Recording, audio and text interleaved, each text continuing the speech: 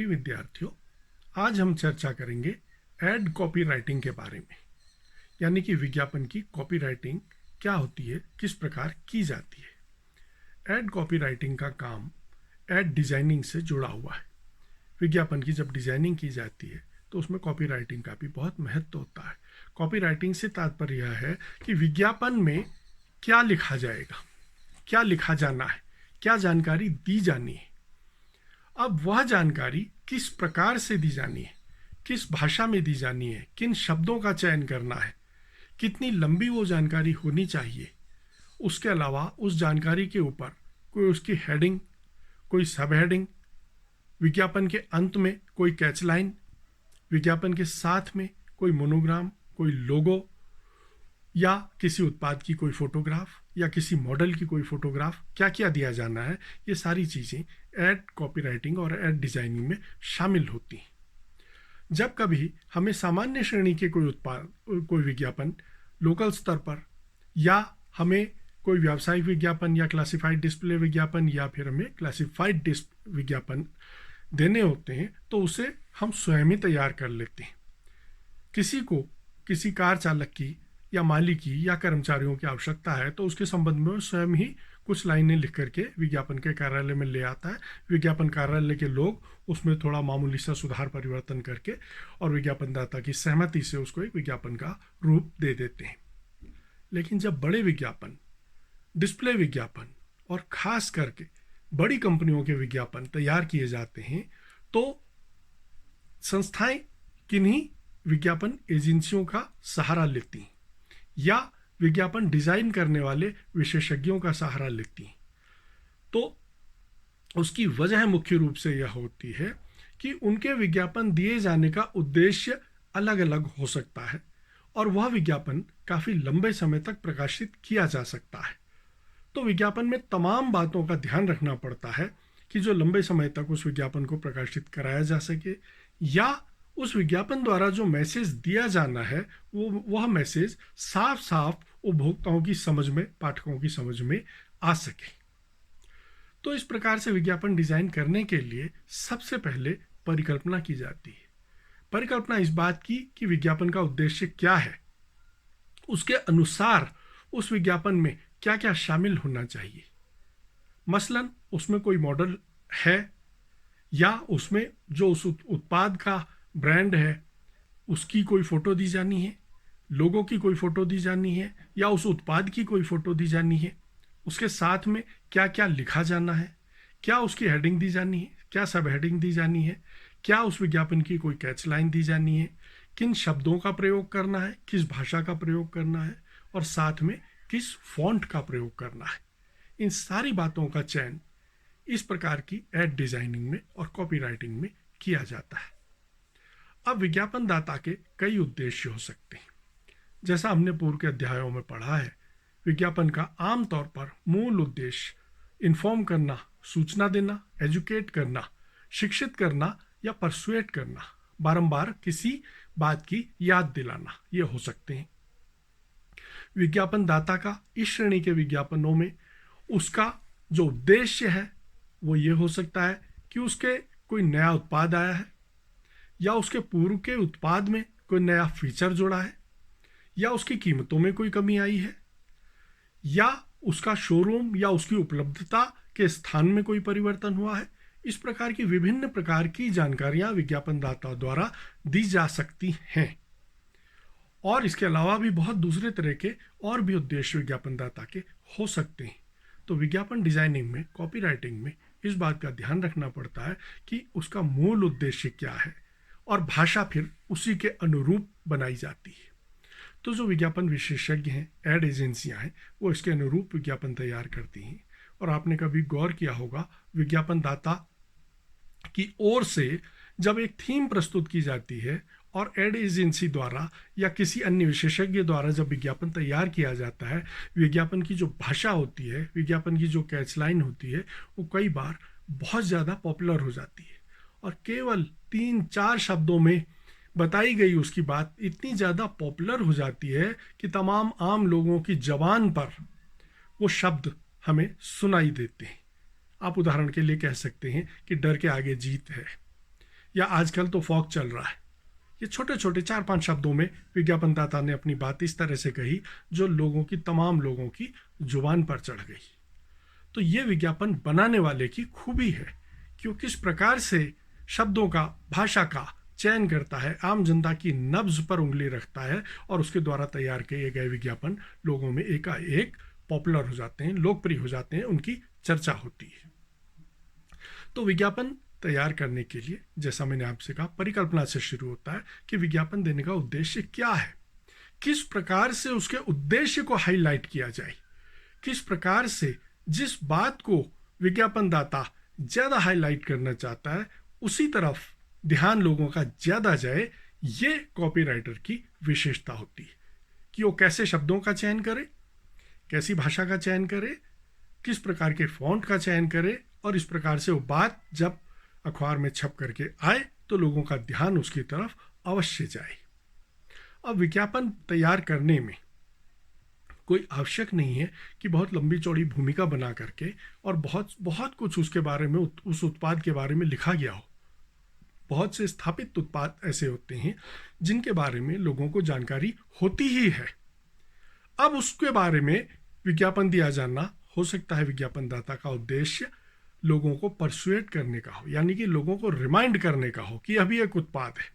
तो किस प्रकार से लोगों को किस भाषा में रिमाइंड किया जाए कि उन्हें वो बात याद रह सके। तो इस प्रकार के तमाम तरह के एक्सपेरिमेंट विज्ञापनदाता द्वारा तय की गई एड एजेंसियां या अन्य विज्ञापन विशेषज्ञ तय करते हैं। तो विज्ञापन देते समय, विज्ञापन कॉपी लिखते समय, डिजाइनिंग करते समय ये 4-5 मूल बातें होती हैं कि आपको कोई मॉडल उसमें प्रस्तुत करना है, उस उत्पाद का कोई मॉडल दिखाना है, उसके बारे में कोई विस्तार पूर्वक कुछ लिखना है, उसकी कोई हेडिंग और सब हेडिंग देनी है या कैच लाइन देना है।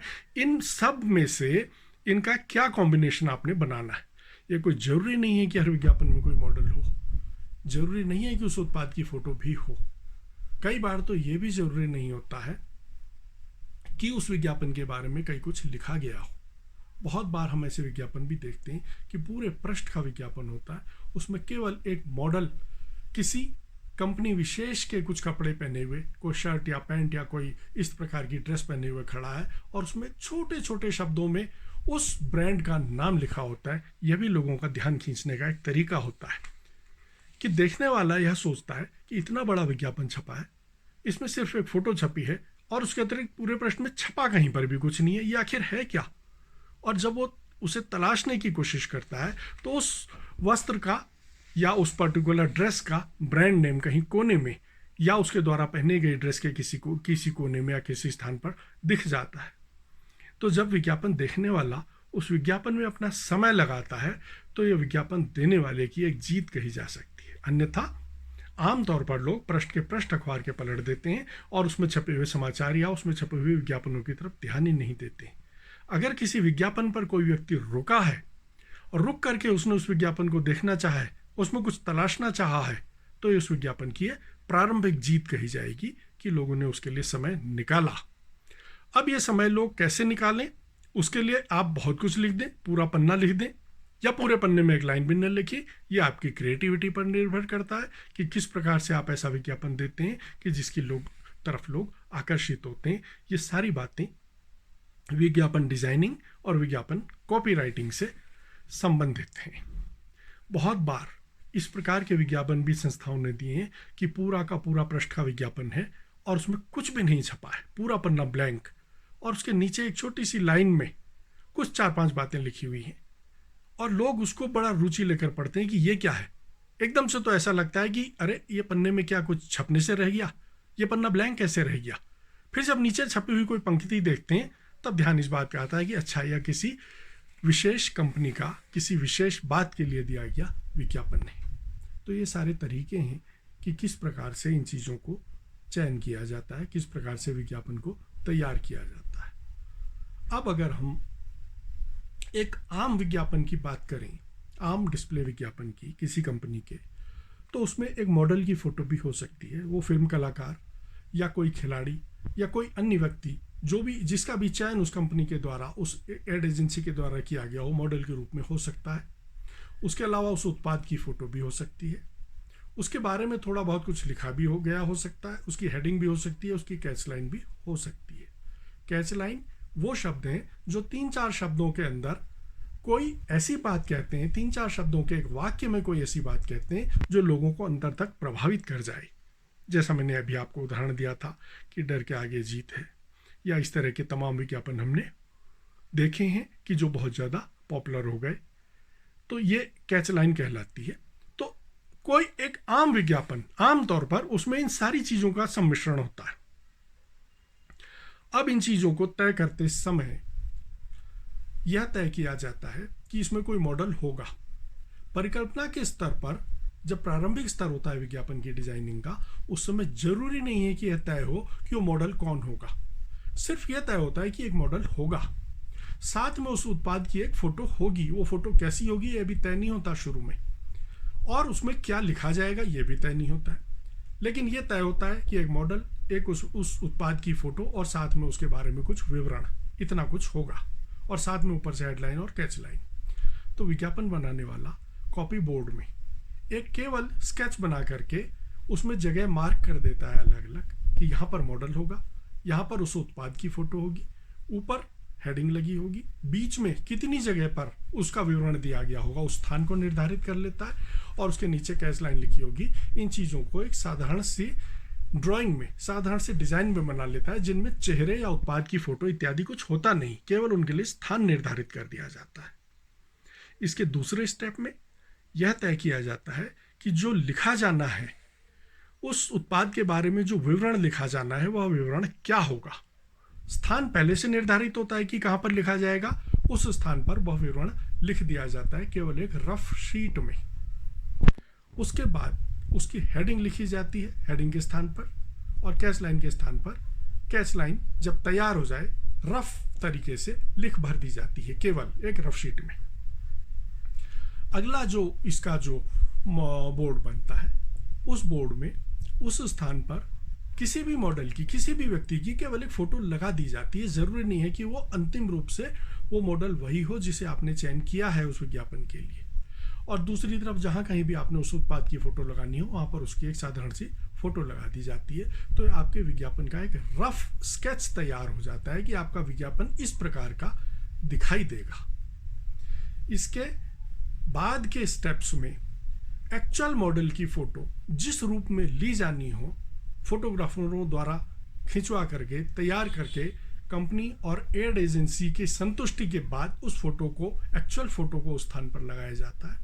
उसी प्रकार से उस उत्पाद की भी एक्चुअल फोटो लेकर के उस स्थान पर लगाई जाती है जो स्थान उसके लिए पूर्व में निर्धारित किया गया होता है। इसके बाद हेडिंग, बॉडी कॉपी और नीचे कैच लाइन इत्यादि के लिए जो जगह तय की गई होती है और जहां लिखा गया होता है, उसका फॉन्ट तैयार किया जाता है किस फॉन्ट में छपेगा, और यह उस एक्चुअल विज्ञापन की एक प्रकार की एक्चुअल कॉपी होती है।